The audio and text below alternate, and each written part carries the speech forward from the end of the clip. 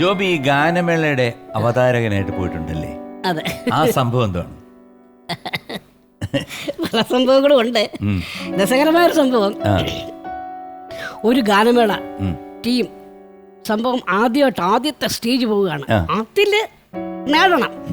അപ്പോൾ ഒരു ട്യൂഷൻ, ഒരു ട്യൂട്ടോറിയൽ കോളേജ് ഒരു 7 മണിക്ക് തുടങ്ങുന്നു. അപ്പം നമ്മളിവിടെ നിന്ന് ഉച്ചയ്ക്ക് പോയി, കാരണം 4 ഏജന്റുമാർ വരുന്നുണ്ട്. അന്ന് ഏജൻസിനെ കൊടുക്കുകയാണല്ലോ. അപ്പം ഇവരുടെ ഒരു അട്രാക്ഷൻ കിട്ടണം, എന്നാലേ അടുത്ത പ്രോഗ്രാം കിട്ടും. അപ്പം ഈ മാനേജർ കാര്യമായിട്ട് പറയുകയാണ്, എല്ലാം നന്നായിട്ട് അവിടെ ചെന്ന് വളരെ ഡീസൻ്റ് ആയിരിക്കണം, എല്ലാത്തിനും അച്ചടക്കം വേണം, ഒരു കാര്യത്തിനും നിങ്ങൾ പ്രശ്നം ഉണ്ടാക്കരുത്, വളരെ ഡീസൻ്റ് ആയിട്ട് പെരുമാറണം, നന്നായിട്ട് അവതരിപ്പിക്കണം എൻ്റെ അടുത്ത്. അങ്ങനെ എല്ലാം പറഞ്ഞ് ബാക്കി എല്ലാവരെയും പറഞ്ഞ് വിടുകയാണ്. ഇട്ട് നമ്മൾ പോയി ഉച്ചയ്ക്ക് പോയി ചെന്ന്, കാരണം അത്രയ്ക്ക് നമുക്ക് ഇത് നേടണം.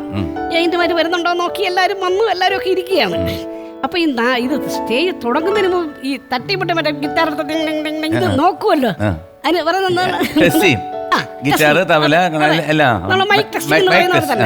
തന്നെ ഇതെല്ലാം ടെസ്റ്റ് ചെയ്യും. അതിൽ തന്നെ വീഴണം. അപ്പൊ അതിൽ തന്നെ വീഴ്ത്താൻ ഒരു സാധനമുണ്ട്, ജാസ്. എടുത്ത് 2 അടി അടിച്ച ഇതിന് തന്നെ ഭയങ്കര അട്രാക്ഷൻ. ഇത് ഒരു അലങ്കാരമാണല്ലോ ഇതിന്റെ. നിരത്തി വെച്ച് അപ്പൊ അവനൊടുക്കത്തെ ജാടയാണ്. കാരണം യവനെല്ലാരും ശ്രദ്ധിക്കും. അവന്റെ ഒരു സംഭവം ഉണ്ടല്ലോ, കമ്പക്കെട്ട് ഇങ്ങനെ എടുത്ത് അതൊക്കെ ചെയ്യും. അപ്പൊ ഇതെല്ലാം റെഡിയാക്കിയൊക്കെ വെച്ചു, സംഭവം എല്ലാം റെഡിയെല്ലാം വെച്ച് തുടങ്ങാറായി. ഗാനമേള ആരംഭിക്കുന്നതാണ്. ഞാൻ സ്റ്റേജിലോട്ട് കയറാൻ നോക്കി. അപ്പൊ ഇവരെല്ലാരും ഈ തട്ടുകളും മുട്ടലൊക്കെ വന്ന് ഇവൻ ജാടയിൽ വന്ന് ഇരുന്നിട്ട് ഒന്ന് സീരിയസ് ആയി എഴുന്നേറ്റ് ഡീലൊക്കെ ഒന്ന് നോക്കി. തബലയുടെ തബല കവർ ചെയ്തിരിക്കുന്നില്ലേ, അതിൽ കവറിലൊക്കെ എടുത്ത് നോക്കി. എല്ലായിടത്തും ഇവൻ ആകെ ടെൻഷൻ. ഓർഗന്റെ ഇതിലൊക്കെ എടുത്ത് നോക്കുന്നു, എല്ലാം പൊക്കി നോക്കുന്നു.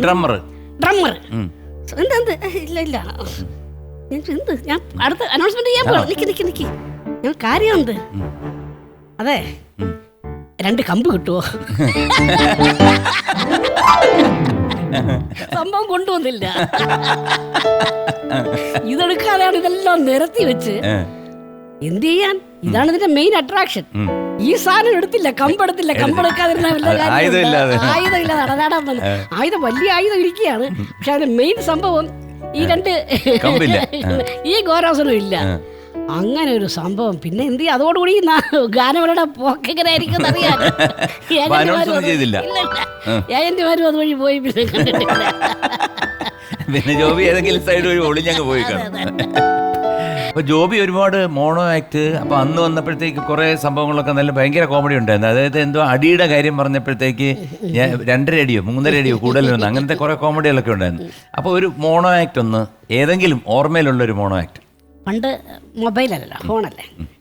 അത് ഫോണിൽ പല വാർത്തകളും വരാറുണ്ട്. ആകാംക്ഷയുടെ നിമിഷങ്ങൾ ആണ്. എന്ത് തരം ഫോണെന്ന് നമ്മൾ പിടിക്കുന്നതിന് മുമ്പ് അറിയില്ലല്ലോ. ഒരു ഫോൺ ഒരാൾ വന്നെടുക്കുകയാണ്. ഹലോ, അതെ,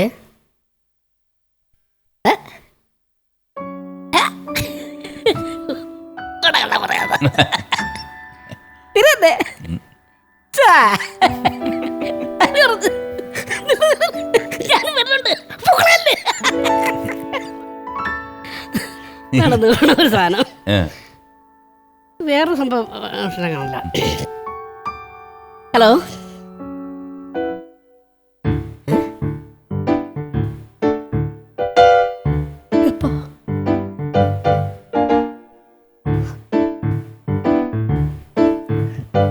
ഞാനിവിടെ വരുന്നു.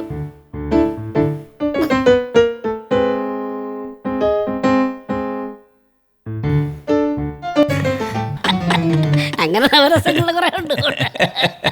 ഒരു നെയ്യാറ്റിൻകര പ്രോഗ്രാമിന് മറക്കാനാവാത്തൊരു ഓർമ്മയുണ്ടല്ലോ ജോബിയുടെ മനസ്സിൽ, അതെന്താണ്? അവിടെ ഒരു ക്ഷേത്രത്തിനൊരു പ്രോഗ്രാം. അപ്പോൾ ഞാൻ ഈ സമയം ഓർക്കുകയാണ്, എൻ്റെ പ്രിയ കൂട്ടുകാരൻ മോനിലാലിനെ മരിച്ചുപോയി കേട്ടോ. അദ്ദേഹം ആക്സിഡന്റിൽ മരിച്ചു കഴിഞ്ഞ നല്ല നടനായിരുന്നു, സിനിമയിലൊക്കെ ഉണ്ടായിരുന്നു. അപ്പം മോനിയും ഞാനുമായിട്ട് അന്ന് പ്രോഗ്രാം പോയി. എനിക്കൊരു മറ്റേ ഇതുണ്ടായിരുന്നു, ഒരു പിന്നെ സണ്ണി സ്കൂട്ടർ ഉണ്ടായിരുന്നു. ഇതുകൊണ്ട് ഇവിടെയൊക്കെ പോകാമോ അവിടെയൊക്കെ ഞാൻ ഇതുകൊണ്ട് പോകും. ഈ ഒരു വട്ടം കിട്ടിയാൽ ഇതിന് ചുറ്റും ഓടിക്കാൻ പറ്റുമോ ഞാൻ ഓടിക്കും. അതിനകത്ത് അത്രയൊക്കെ ഉള്ള സംഭവങ്ങളെല്ലാം കസരത്തുകളെല്ലാം കാണിക്കും. അതുകൊണ്ട് പേടിക്കണ്ട എത്ര ഇതായിരുന്നാലും. അപ്പം ഈ ഇതിൽ ഞാൻ മോനിയെ ബാക്കി ഇരുത്തിക്കൊണ്ട് നെയ്യാറ്റിൻകരയ്ക്ക് പോയി. പ്രോഗ്രാം കഴിഞ്ഞു. ഈ പ്രോഗ്രാം കഴിഞ്ഞാൽ അണ്ണനറിയാലോ നമ്മൾ കരിമ്പിൻ ചണ്ടിയാണ്. അപ്പം ക്ഷീണം 2:30 മണിയൊക്കെ കഴിഞ്ഞു. ഞാൻ വിചാരിച്ചു 2:30 അടിക്കുമെന്ന്. അത് വേറെ. ഇതാണ് പ്രശ്നം. ഇതാണ് ഇതിന്റെ മെയിൻ പ്രശ്നം. 2:30 മണി കഴിഞ്ഞ് ക്ഷീണിതനായി. എന്നിട്ട് ഇത് പറഞ്ഞോണ്ട് പറയും നിനക്ക് 2:30 അടിയുടെ കുറവുണ്ട്, 2 അടിയുടെ കുറവുണ്ടെന്ന്. അത് ഈ കുറവാണ്. ഓ ആ അടിയല്ല. ഇത് നമുക്കിതെല്ലാം കഴിഞ്ഞിട്ട് ഇവർ ആദ്യമേ ആഹാരം തരും. അത് നമുക്ക് ഇറങ്ങില്ല, കാരണം പ്രോഗ്രാം വിജയിക്കണം. ടെൻഷൻ. ഇതെല്ലാം കഴിഞ്ഞിട്ട് ആഹാരം കിട്ടുന്നത് മറ്റേ എന്താണ്, ബറോട്ട ഉണങ്ങിയിരിക്കുന്നത്, അതിനേക്കാളും ഉണങ്ങി ഈ സാധനം ഇത് ഇറങ്ങുകയില്ല. അങ്ങനെ അഡ്ജസ്റ്റ് ചെയ്ത പിന്നെ അണ്ണൻ പറഞ്ഞ പാർട്ടി എന്തൊക്കെയൊക്കെ ഉണ്ടായിരുന്നു പറയപ്പെടുന്നു. നമ്മൾ അമേരിക്ക കുറെ കൂടിയാണ്. നമ്മളെന്ന് പറഞ്ഞല്ലോ. അങ്ങനെ പാർട്ടിയെല്ലാം കഴിഞ്ഞ് ഈ ഞാനാണെങ്കിൽ ഈ നേരം കെട്ട നേരമായ ഞാൻ ഉറങ്ങിപ്പോവും ഭയങ്കരമായിട്ട്. എനിക്കറിയാം, ഞാൻ പറയാൻ വരിക. അപ്പൊ എനിക്ക് നല്ല ക്ഷീണവും നല്ല ഉറക്കവും. അപ്പൊ എനിക്ക് വയ്യ. അപ്പൊ മോനിയാ ഓടിക്കുന്നത്. ഞാനാണെങ്കിൽ മോനിയുടെ നെഞ്ചിൽ ഇങ്ങനെ ചാഞ്ഞ് ഈ കുറുക്കിലിങ്ങനെ കിടപ്പുണ്ട്. ഇങ്ങനെ വരികയാണ്. അപ്പോൾ ഈ നമ്മുടെ കൂട്ടുകാരാണല്ലോ, ഇവരില്ലാത്തതെല്ലാം ഉണ്ടാക്കി പറയാൻ പിന്നെ പറയണ്ടല്ലോ. ഇവന്മാരിതുപോലെ എന്തൊക്കെ പ്രശ്നങ്ങളായാണ് ഞാൻ ഈ ഉറങ്ങുന്നതാണ് അവരെ.